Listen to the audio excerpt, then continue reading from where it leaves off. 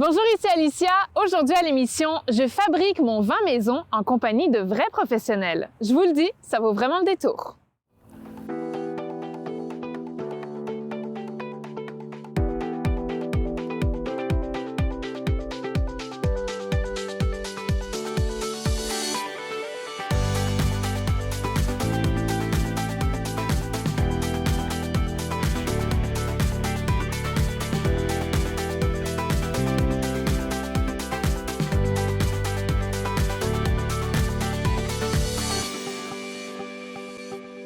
Alors aujourd'hui, je me retrouve avec Lucien Rancourt, qui est le propriétaire de la maison de la bière et du vin à Saint-Georges-de-Beauce. Bonjour Lucien. Bonjour Alicia. Lucien, ça fait 35 ans que tu aides les gens à fabriquer leur propre vin maison. J'aimerais que tu me parles rapidement de la maison de la bière et du vin. Quand on a commencé, il y a 35 ans, les produits disponibles pour faire le vin, c'était des petites canettes de jus de raisin concentré. Et on faisait simplement rajouter de la levure, les gens faisaient leur vin, ils buvaient, c'était potable. Ça a excessivement changé la qualité des produits qu'on a aujourd'hui. J'ai beaucoup de clients, moi, qui ils jouent des petits tours à leur beau-frère, qui a suivi un petit cours de dégustation de vin, qui connaît tout. Il met du vin maison dans une bouteille de la SAQ, il sert ça, et souvent, ils ne peuvent pas voir la différence. Les avantages de fabriquer son vin, ça serait quoi?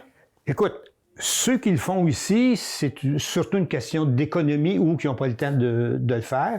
Le faire chez eux, c'est un hobby. C'est le fun d'aller chercher ton kit, tu pars ça, tu vas faire tes transferts, tu vérifies les densités, tu l'embouteilles, et puis 3 mois après, tu dégustes ça, tu te dis, Caroline, c'est moi qui ai fait ça, ça vaut la peine. Donc, il y a encore beaucoup de gens qui préfèrent le faire chez eux. On a remarqué que les personnes, des fois, peut-être un petit peu plus âgées, là, qui commencent à trouver ça dur, descendre ça au sol, partir ça, monter ça en haut pour l'embouteillage, mais là, ils commencent à venir le faire ici. Moi, Lucien, je suis une amatrice de vins un petit peu plus corsés, des vins qui s'agencent bien avec les viandes. Est-ce qu'on peut retrouver plusieurs sortes de vins là, dans les vins maison? Donc, oui, notre compagnie, ils vont importer des jus de raisin, par exemple, de l'Australie, on a les Shiraz, on a des Cabernet Sauvignon de la Californie, des Zinfandel, les Zinfandel rosés que plusieurs personnes connaissent, le White Zinfandel qu'ils appellent. Même on a des styles, avant ça on appelait ça des Porto, mais on peut pas. C'est un style Porto, donc des vins de dessert. Et justement, notre compagnie, je pense qu'on a juste là, ont sorti un Porto chocolat framboise, saveur chocolat framboise. Ils ont sorti ça il y a à peu près 8 ans, je crois, et il y a une grosse compétition de vins amateurs. États-Unis, Canada, tous les gens qui font leur propre vin, ils envoient les bouteilles là. Il y en a, je ne me rappelle plus la quantité, mais énorme, puis c'est jugé. Et notre Porto chocolat framboise a remporté 3 années de fil la médaille d'or dans les vins style dessert de spécialité. Ça fait que c'est possible d'en faire. Et aussi, on a des vins un peu style coolers, qu'on appelle des petits vins 6,5 d'alcool, aromatisés à la framboise, kiwi, pêche, beaucoup plus facile à boire, froid. Pas nécessairement mangeable, mais peut-être à la place de prendre une bière, prendre un petit verre de ça. Bien, on va aller en fabriquer du vin. Qu'est-ce qu'on va goûter exactement? On va se partir d'un Sauvignon blanc. Un Sauvignon blanc avec le petit goût agrume, un bon vin rafraîchissant, sec. Malheureusement, on ne pourra pas y goûter tout de suite. C'est 4 semaines de fermentation. Après la fermentation, on va l'embouteiller. Et puis, faut patienter à peu près 3 mois avant de commencer à goûter. Quand même, hein? Bon, ben c'est pas grave, au moins, ça va me faire découvrir toutes ces étapes-là. OK.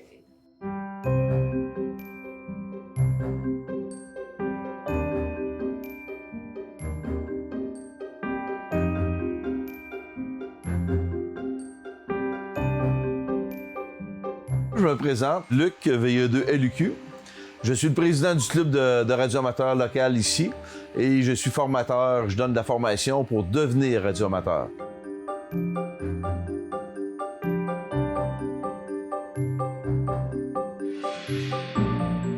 La radio amateur, c'est de la communication partout dans le monde. C'est d'expérimenter nos antennes qu'on peut fabriquer nous autres-mêmes, nos radios, pour faire des communications. La radio amateur, c'est un hobby. On s'amuse. C'est un point de divertissement pour apprendre des choses. On ne devient pas radioamateur. Il y a une formation de base, un examen qui est délégué par Industrie Canada. Pierre-Luc Ouellette, radioamateur depuis 15 avril 2018. Et c'est moins fort que c'était dans le passé à cause de l'arrivée, bien sûr, d'Internet et les téléphones cellulaires. Mais écoute, ça a été très, très fort. Années 70, 80, 90, c'était très, très, très fort. J'estime qu'on est tout près de 3 millions de personnes dans le monde qui sont titulaires d'une licence de radioamateur. On communique entre nous autres, entre nous. Lève donc ton volume un petit peu, Pierre-Luc. Ça, c'est un logiciel, dans le fond, qui se trouve à me dire tout le monde qui se trouve être sur la bande du 20 mètres. Je venais d'Iran, d'Israël, de la Roumanie, d'Espagne. J'ai pas grand pays que j'ai pas passé encore. Là. Je te dirais l'Afrique, je l'ai faite. Le Japon, je parle fréquemment. On va parler de la température, on va parler de l'équipement radio que la personne a. Même des fois, tu vas jaser plusieurs fois avec la même personne. Puis à un moment donné, on tisse des liens. Moi, je sais bien qu'il y a un gars en France, je me souviens plus son indicatif, F5 PUL, dans le fond. Lui, on jase assez fréquemment, puis il me l'a dit. Pierre-Luc, si tu viens qu'à venir en France, garde, fais-moi signe, puis tu viendras à la maison, garde. On te reçoit très bien, Monsieur Daniel. Juste pour une petite démonstration, peux-tu me dire de quel endroit que tu transmets exactement en France? Oui, je suis dans le sud-est. Oui, je suis à environ une cinquantaine de kilomètres au nord de Marseille. Non, ben, je te remercie, Daniel. Tout va bien de notre côté, nous autres aussi. Ici, au Québec, c'est nuageux, il y a mouillé. Il y a plu tantôt un petit peu, par exemple. F5DBT, VIA2 LUQ. Quand on est radioamateur, on fait partie aussi de la sécurité civile du Québec. On peut aider à faire des communications. On a le droit d'avoir nos licences sur nos autos, selon notre licence de radioamateur. D'où est-ce que ça vient, ces licences-là? En 1958, il y a eu un très gros feu à Rimouski. Puis la Sûreté du Québec a demandé de l'aide aux radioamateurs, mais ils n'étaient pas capables de faire la distinction entre les radioamateurs et les CBR. La plaque automobile est identifiée avec VE. Ça veut dire, ça, c'est des licences au Canada. Le 2, c'est chacune des régions. Le 2 veut dire le Québec. Puis les 3 autres lettres, ben c'est mon call sign à moi, VE2 LUQ. C'est nos lettres d'appel qu'on utilise quand on passe notre licence. On peut choisir notre call sign.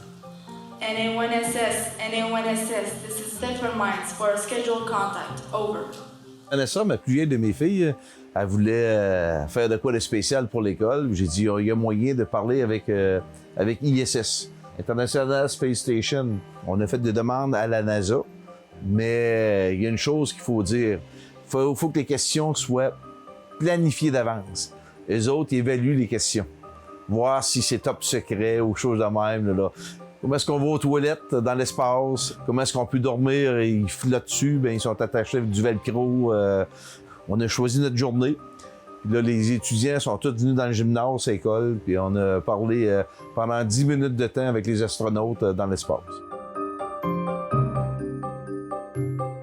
C'est une personne, un Américain avec qui j'ai parlé, puis à un moment donné, j'ai reçu ça par la malle. Dedans, il y avait de l'argent américain, ma carte QSL. Ça se trouve à dire, dans le fond, avec qui l'a fait, VIA2 IAT, l'heure UTC, sur quelle fréquence, puis le mode. C'est vraiment plaisant pour ça, le radioamateur. Si tu fais des contacts, tu découvres du monde, c'est... Regarde, t'en as de partout. Un monde radioamateur. Un monde à découvrir. Fascinant. Ouais, un monde à découvrir, on pourrait dire.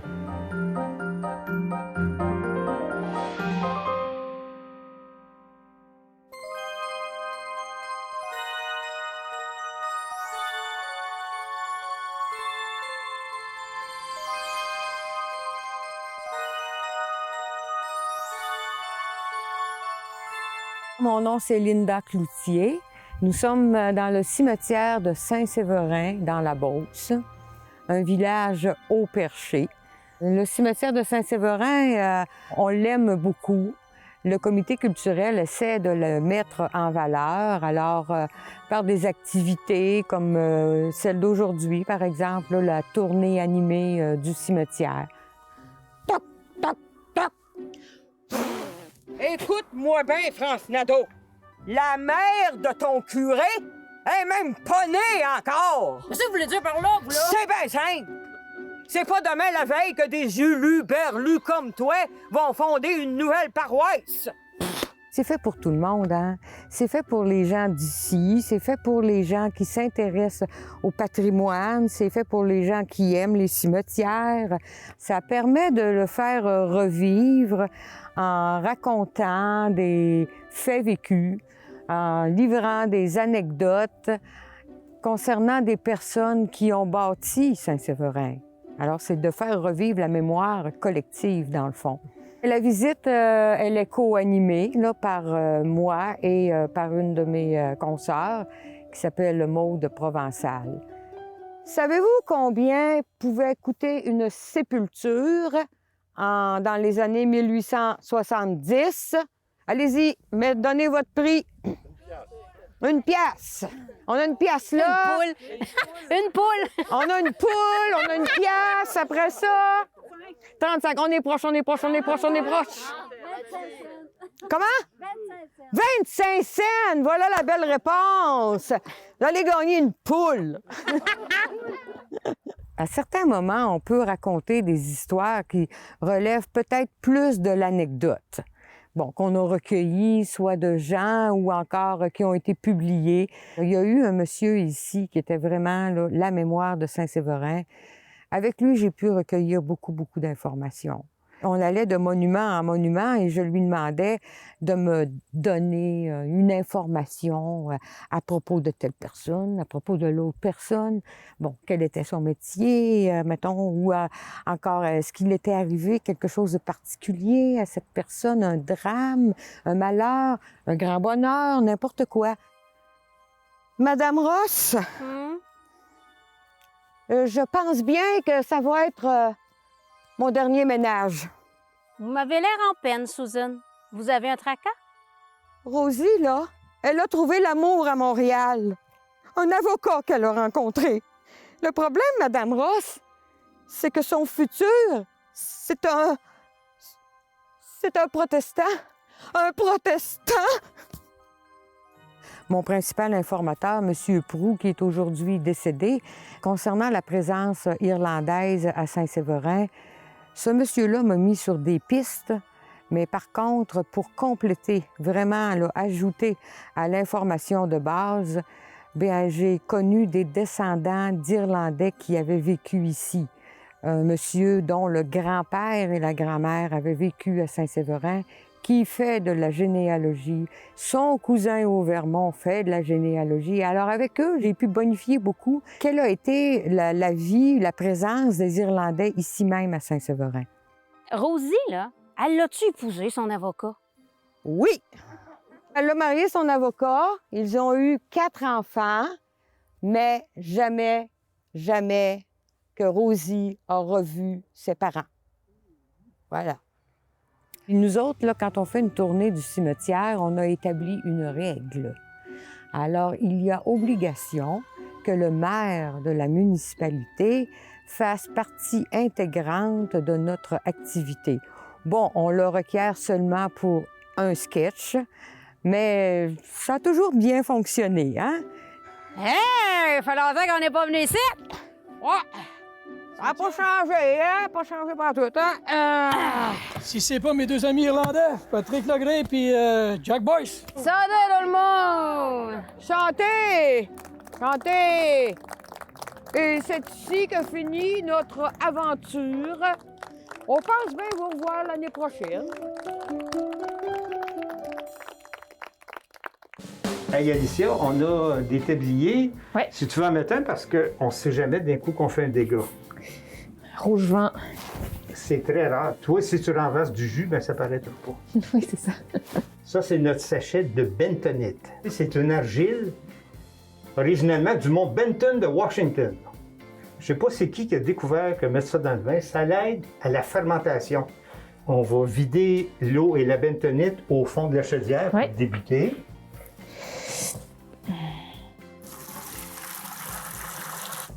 Et la prochaine étape, le jus.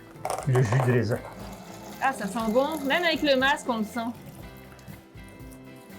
Alors, mes employés m'ont joué un bon tour. J'ai dit qu'on partait un Sauvignon blanc, mais comme vous voyez, C'est pas un Sauvignon blanc, vrai? c'est un Merlot. Je le réalise en même temps. Ça va goûter comme la plupart des Merlots. C'est des vins qui sont pas nécessairement corsés, un peu fruités. Un bon vin à prendre juste comme ça, frais, en regardant la télévision. Parfait. L'idée, c'est d'aller chercher notre volume final qui devrait être 23 litres, qui va arriver dans cette bière à peu près à ce ligne ici. Je te fais confiance, tu me dis stop. Oui, OK, c'est parfait. Bon? On est rendu à notre ligne. On va brasser pour bien mêler l'eau. On reconnaît vraiment la couleur du vin. Mais là, si par exemple on le goûtait, ça goûterait l'eau et mélangeait du jus de raisin. Ça goûterait du jus de raisin simplement. Ouais. Avant d'ajouter la levure, on va prendre un test de densité. Oui. Je vais juste te montrer un peu ce petit instrument-là, qui est un densimètre. Oui. Le densimètre, ce qu'il fait, c'est qu'il mesure le taux de sucre qu'on a dans un liquide. On va essayer de voir à quelle densité qu'on est. Il y a plusieurs échelles. On prend celle qui commence à 990. Quand les sucres-là seront convertis en alcool, ça va nous donner un vin d'environ 12 d'alcool. Okay. Donc, tout a été pensé avant, là, justement pour les gens. C'est standardisé pour que ça soit facile à faire pour que les gens réussissent. Et la prochaine étape, ça va être l'ajout des levures qui vont faire fermenter le vin. Simplement la saupoudrer et la nature va faire son ouvrage. Et voilà, tu viens de faire ta première brassée de vin. Mon premier vin à vie, maison. Pas trop difficile? Non. On ferme jamais le couvert parce que lors de la fermentation, on va avoir du CO2 qui va être produit. Il faut que le CO2 puisse sortir. Si on le fermerait, il est vrai, on le ramasserait au plafond. Puis en même temps, ça fait en sorte que l'air ne peut pas rentrer à l'intérieur. Exactement, c'est ça. Dans 2 semaines, on va reprendre une densité et le densimètre devrait être rendu à 990 environ. Et là, on va rajouter notre clarifiant et un stabilisateur à vin simplement. Donc, Alicia, on va aseptiser une quinzaine de bouteilles pour démontrer comment est-ce qu'on va embouteiller notre vin. Donc, simplement les mettre sur chacune des buses ici. Donc, Alicia, nos bouteilles sont placées. À l'intérieur ici, on a un produit stérilisant qu'on n'a pas besoin de rincer. Ça s'appelle l'Aseptox. C'est fait spécialement pour aseptiser les bouteilles. Tu vas partir l'interrupteur et puis tu vas voir, ça va aller partout dans les bouteilles. Puis là, j'imagine, on fait sécher les bouteilles? C'est ça. Notre égouttoir à bouteilles. On va simplement les placer n'importe où là-dessus.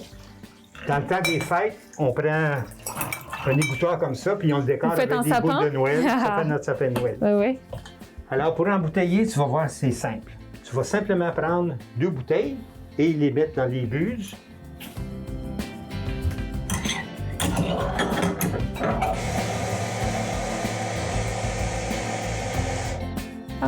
Et voilà. Regarde, ici, on va aseptiser les lièges qu'on va utiliser. On utilise tout le temps du liège synthétique qui est plus facile à rentrer et c'est très, très bon pour conserver le vin.